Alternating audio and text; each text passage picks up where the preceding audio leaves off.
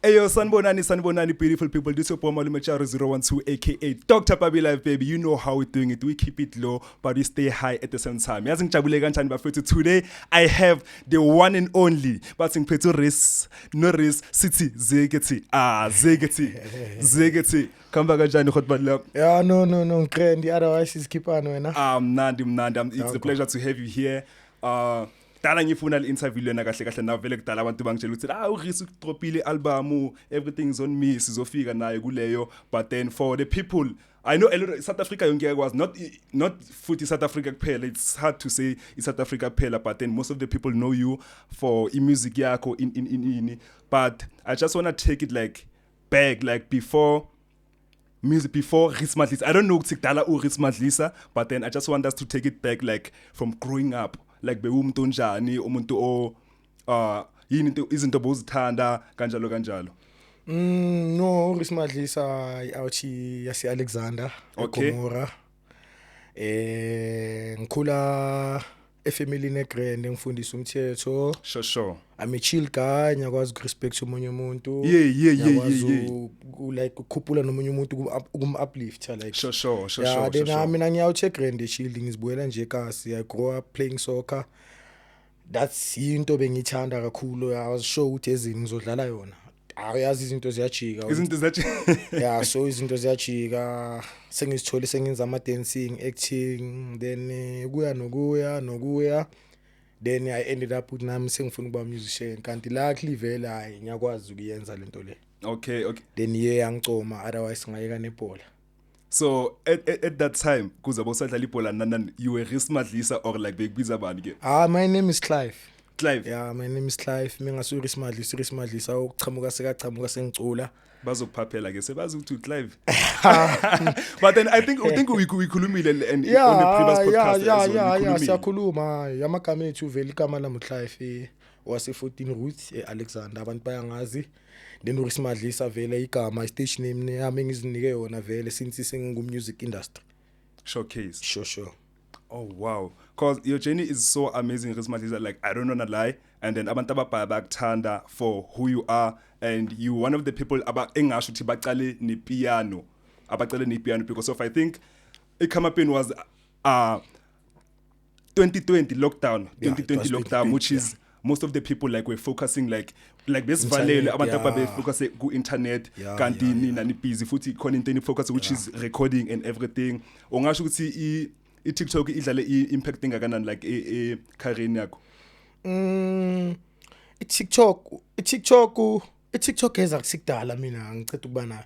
Ngikathi the time thina sisangena bese khona i-TikTok ne? Yes. Maybe besingaka ama-artist abangene lapho like thina sesingena Instagram. Yeah, ngoba yiwo ama live miswenza khona no Mr Jazzy. Yes. Push music wethu kuma TikTok mina kahle ngasikudala. Because of if you can remember very well, like khona video air trend is Lele remix, and that's when is Lele abantu abasayazi ngayo. Le video ya trend, le video sayikhipha ku Instagram. Yaphuma ku Instagram. Yaphuma ku Instagram le video. From Instagram ke yangena ku. Then from there I think yangena ku ma TikTok njengoba I think TikTok beyisaqala nala. Indaba TikTok manje mina ngiyazi akusikudala nyana khona ngithi ngiyazi. Sure. So njengoba ngishilo ukuthi umuntu okuthini uqale ne game like from the piano movement nani like and namanje like we visit like consistency like usasekhona, you still alive, like you dripping like usase uRiz Madlisa loyana and even more, you know what I'm saying? So ngifuna ukwazi ukuthi what changes ongasho ukuthi zenzekile like industry judging from that time to now, like it could be in music mhlambe ke khona izinto ongasho ukuthi yabona emusicini masingalungisa 1 2 3 by that time bekumnandi or manje ngibona ngathi there's more things that are coming.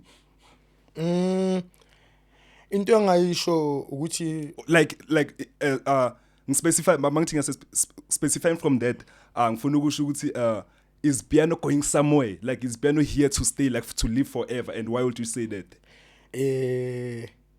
Kahle le question angeke ngize ngithi ngizoyibeka ngokuthi ipiano njani. Umuntu nomuntu wenza into ayifuna ukuyenza, afuna ukuyicula, okay, ayithandayo. Yes, so I can't say la mapiano angena manje anjani I can't say because ayenzwa abantu. Ayenziwa abantu exactly. At the end of the day nami ngenza something. So Yes. ngifuna umuntu ayilalele leyo nto.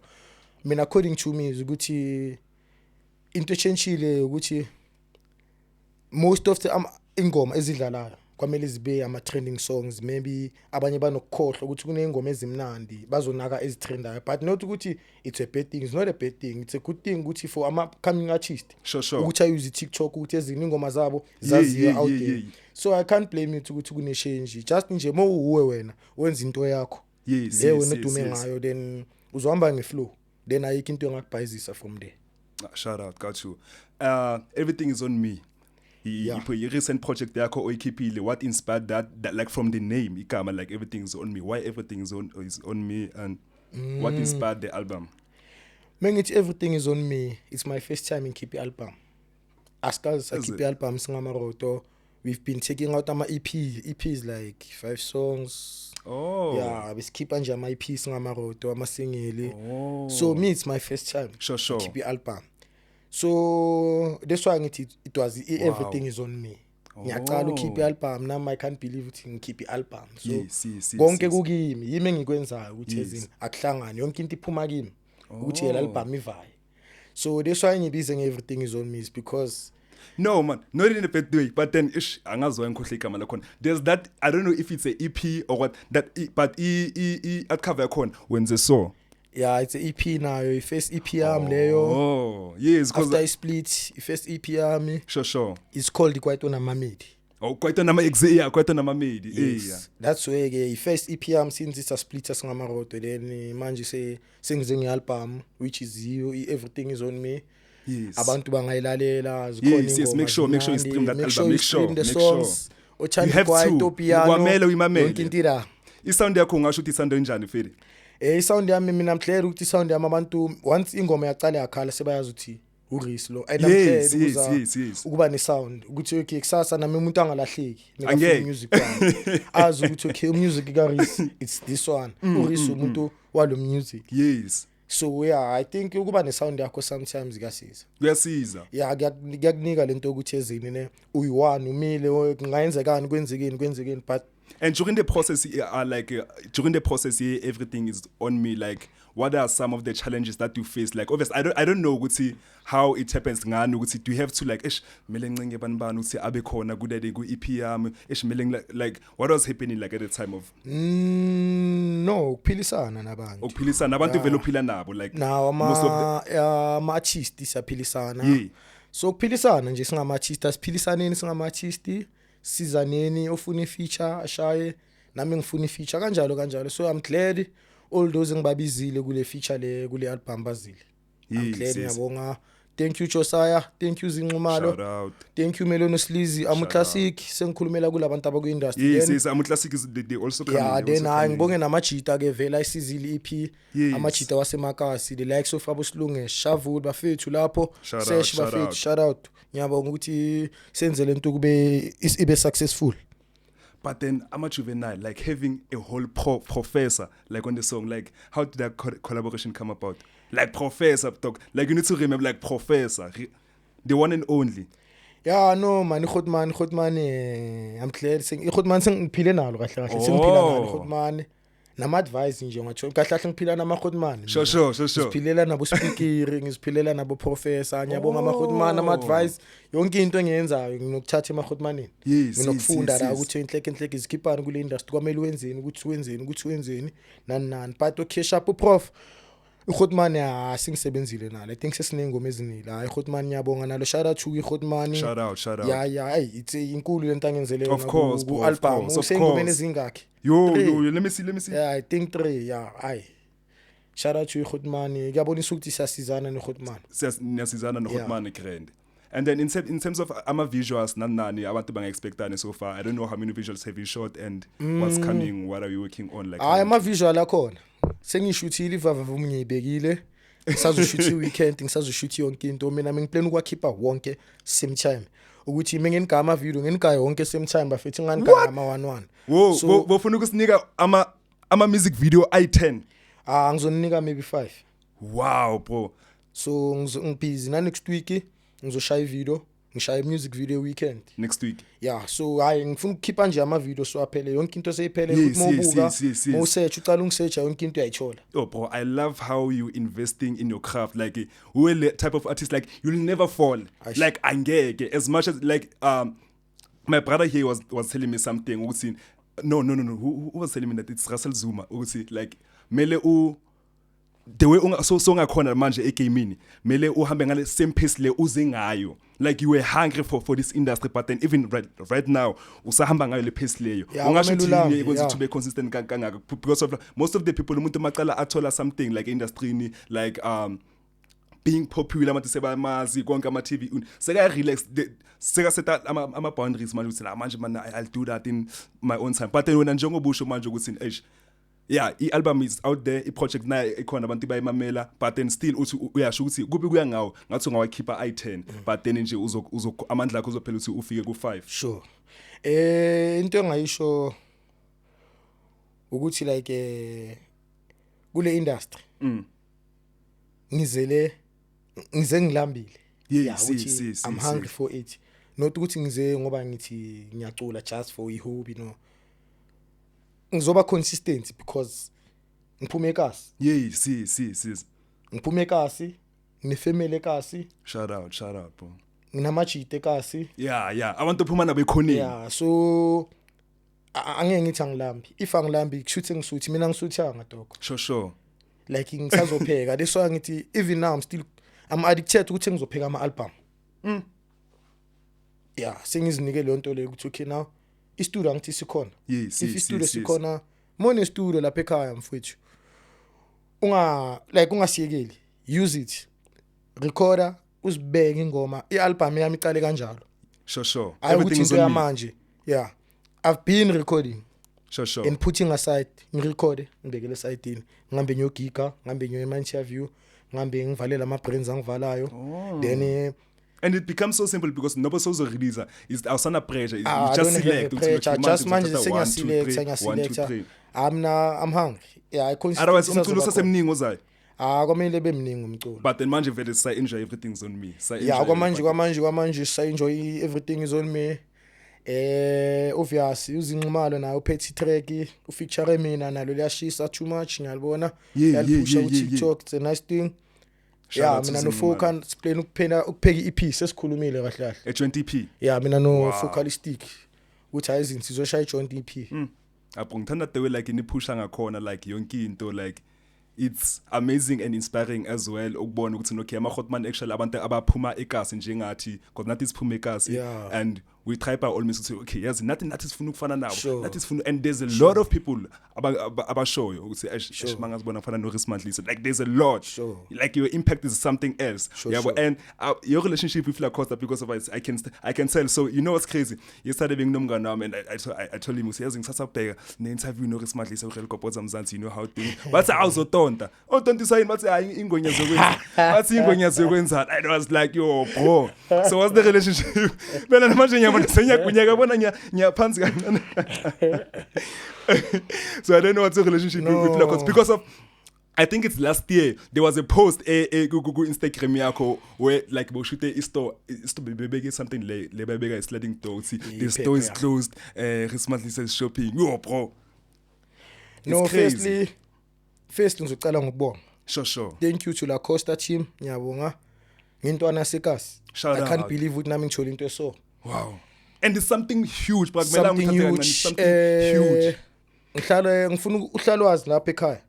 Anything is possible. Don't give up. Anything is possible. Nami you live in the proof. Yeah. You live in the proof that everything is possible. Everything is possible. Nami I couldn't believe with a big brand like La Costa. Whole La Costa. Could like bafune ngisebenze nabo. Like I'm clear this one ngithi firstly ngithanda ukubonga bona. Okay, thank you La Costa. Secondly, ngithanda ukubonga lama fans wami. Lama fans wami ayashaya La Costa ngiyabona nasema story. Impact you every time, and I love I love how you engaging with your fans. Like there's no way alikulanga elidlula if enakho imaqala kutheka on something that's related to you. Bro you know what I mean? Which is what most people are failing to do, like ukuthi manje ngoba manje sengihlala kuphi senguphi manje sengiyakhohlwa ukuthi na ukuze ngibe da is because of uthando lwalabantu laba. Sure. This why ngithanda ukubabonga kakhulu. Ngiyabonga nalentwana manje ezincane ngiyabona kakhulu mina ngilandelwa intwana mostly nje kakhulu ezasemakasi nani. Yeah, I think kwamele nami ngifuna ukustop, ngifuna ukuba inspire vele. Angeke ngistop, ngizo inspire lentwana ukuthi anything is possible in life. So nabo nyababonga man, mebalibele bashayela Costa bangicheka so bahlezi babugqokile Costa. It means something. Ngiyabona ukuthi yeah, ngiyadlala something enhlizweni. Ikhona indima oyidlalayo, ikhona indima oyidlalayo. So ngiyabonga nani bafika ama-fans wami, ngiyabonga big time, ngiyancanywa futhi. Yeah, keep the way the energy ninginikane yona ngiyayibonga bafethu. Bafethu uGotman uRismadlisi uyanincanywa, ningamshintsheli ningayenzini yabona like uGotman uyanincanywa. And then about there's this art le oshutele kuyo like recently le bakudroyile, you can just give credit to the artist man. Yeah, uDubongs, yeah. Oh, Dubongs. Yeah. Oh no, ushaya the same art le yashaya abo Ricky. Yeah, uhleza shayika ska. Yeah, naye ezini ushayela ispan sakhe. Ngiyayibona imural ikhona eJewel City la la emabone. Yeah, so yeah, everything it was like yonke into ngiyayibonga ila cost into engiyenzele yona. Of course. Ngiyabonga mfethu, ngiyacoka ila cost yonke into imnandi mfethu.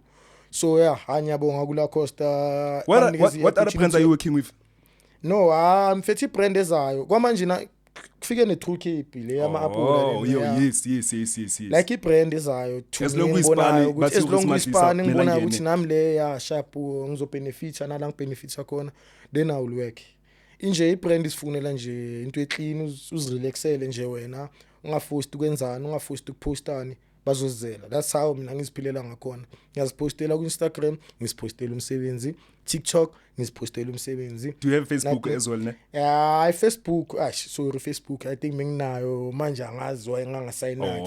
So awukho sho ukuthi ku Facebook. Yeah, ngeke ngithi ngikhona ku Facebook. But ngizoba khona bafethu. Ngiyazi khona nama fans da wami ku Facebook. So I think nginayo then I keep. Okay. And Urikiri kutropile vandag Bozonke Forever. What do you feel about the album? Yo, Gotman ne. Because for Gotman remember ukuthi umuntu omunye naye oke waphila naye. Siphilile no Gotman naye. Yo, may soul rest in peace naye alale ngokuthula. Siphilile no Gotman Rikiriki. Shout out. Bekahleza ngifonela like kumuntu naye ngikhuthazayo. Boy, you can see ukuthi manje nivaya good yonke into yenza grand like bukuya like bekajabulele isuccess yethu ukuthi ezini like yeah siyahamba manje ezini like he was always calling mina ukukhumbula kwami. Yes. And the last time nami sengiyangamlethe kasi ngabona ukuthi uke sharp uyathanda ukuba nabantu lo Gotman. But yazi emhlabeni sometimes umhlaba unjani mfethu we go through a lot. Yes. We go through a lot as people. Nathi abazi ukuthi siphila kanjani. Then abantu yazi ama fans abanye banjani mfethu. Abazi ukuthi phila kanjani bazoba hashi nani.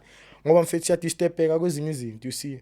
Kunjengamanje kufana nami last year bengithulile because like bengilose usisi wami dog like something I couldn't think ukuthi ingangenzela so that thing shift the focus mfethu like the focus level ya shift dog like I'm glad manje ngipick upile this why sengibuye nangama album yes yeah like yeah ngibuya as long as breaker forever ube wathola I think nayo uyayidlala indima yakho ngibhekile phezulu mfethu uyanginikeza lawo blessings so otherwise yeah into ke mina kuyangihlupha ngahlala ngangabonakali ku industry bafethu yazi nami umuntu unenkinga zakhe so nami ngisaluza usisi wami so like she's part of me le muntu le sure lento le yangidla too much but I'm glad and I don't think have you spoken about this like before?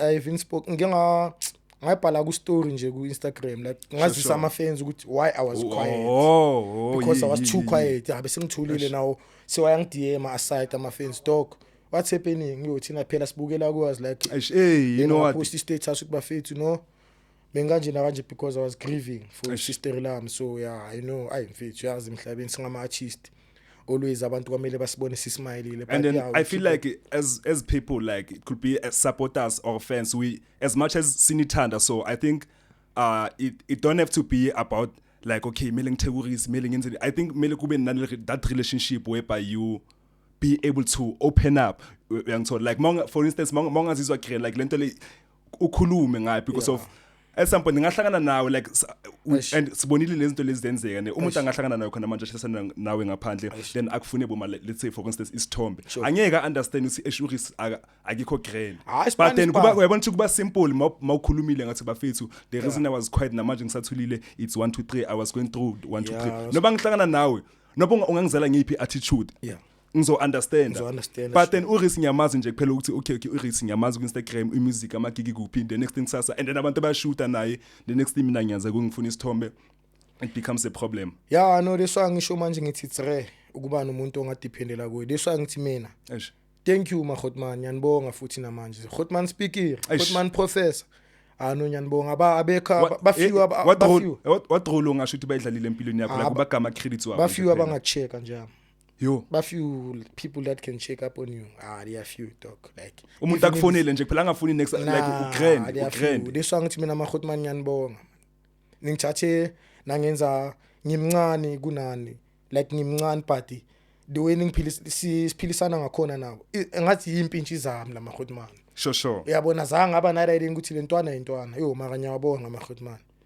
ngiyabonga Khotman leswa ngibene spirit azile funeralini Khotman ami yazini yonke into yiwangiphushile yiwangichekayo ngiyabonga Khotman but otherwise nje nabanye sigrand nje just ukuthi nje check up anini bafethu check na umunye umuntu uthi uphila kanjani ukhopa kanjani la khona angekwazi because we're going through a lot as people and what legacy do you want to leave behind like I know it's your time you still rocking but then uyofika leso sikhathi sokuthi no Kim manje this is the legacy ngifuna indima ofuna ukushitama indima so ngeke ngayidlala like emhlabeni ukushaya nje ingoma ezinama message nika abantu imessage njengoba sihlezi siyenza giving message sikhuthaza abantu emakasi ukuthi anything is possible yonke ingoma esishaya it's about message so but legacy ngifuna ukuyishiya mina la uthi mfethu wonke umuntu ahlaza ngangikhumbula ukuthi uRis ukuthi mfethu like ngifuna ukushiya yonke into abantu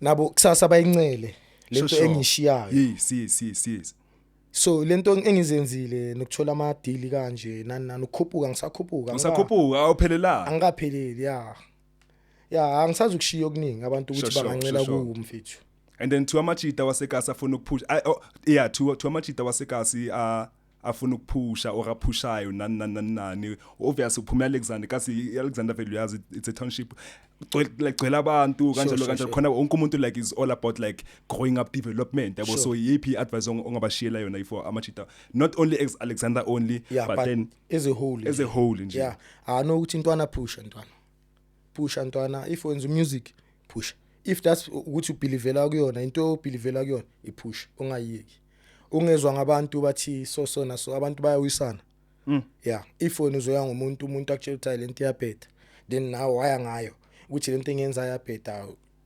uzothola ungasana career kumele uyenze then so uphile estradini mina into engizothi don't give up into engizoyisha emachitini don't give up konke emakhoneni kuphi emakhoneni laba abahlala emakhoneni abashaya inamba nani don't give up anything oyenzayo kuyo ungayigive up because one of the reasons ngikubuza kanje ukuthi like nami mfele ngumjito wasekhoneni like emakasana nani yangithola but then all I get like abantu bahlezi like ba judge ukuthi ungibona ngihlele ekhoneni like so uyangijudge like you don't know me like you don't know my story you don't know my story you know what's happening in my life you don't know what's happening ekhaya endlini you don't know who I'm living with why ngihlele ekhoneni like I'm hustling dog lapha mhlambe ngibhayisa inkaza ngenzani I'm hustling I'm trying to make a living you judging me harshly making me feel like I'm not a man enough like you know so like I don't want that energy yazi asifani ngabantu bafethu sure abanye asikhulisa emakhaya afanayo yes so mina mhleli ngiyababonga abazali bami bangikhulisa ngalo respect I thank them nyamaza umuntu yes angibukeli mina umuntu phansi mina umuntu phansi angimbukeli amavela ukaze no okay athi ngeke ngambukela phansi akungasho yeah angasho okay athi ngeke ngambukela mina mfethu like even amafeni wami ne nawo ngasho la wa screenshot kube kudala itrendile kube namafeni wami nga screenshot kuma DM mfethu mina nyabaphendula labantu yazi like ayi ukuthi ngithi nguRis no DM umuntu mfethu wa 20 followers yes but ngibona imessage ukuthi lo muntu undiyema ngimessage ekude ngithi nje hola nje lo muntu lendima lo idlalile uyazi uthi inkulu like ukuvulela nenhliziyo uyajabula umuntu onyamazi namhlela ukuthi ngifundiswe lokho kithi leswa ngithi ngiyababonga Yes. ngiyabonga ukuthi ngiso that's why ngila today Eish. And usayafere. yeah I know ngifuna ukuyafera mfethu And there's nothing that's going to stop you no ayikho into ezokustoppa like ukuthi uye fair nani. So lastly, like in closing, because of we don't have that much time now, vele road time nani angazini message amagcina nje kuphela ongathanda ukuyishintsha nje kuphela. Oh, before that khona amadadini abomgosi ndilaba ngithumelela ama message but does Chris Madlisa have a record label, and if so, where do we submit the music? Okay,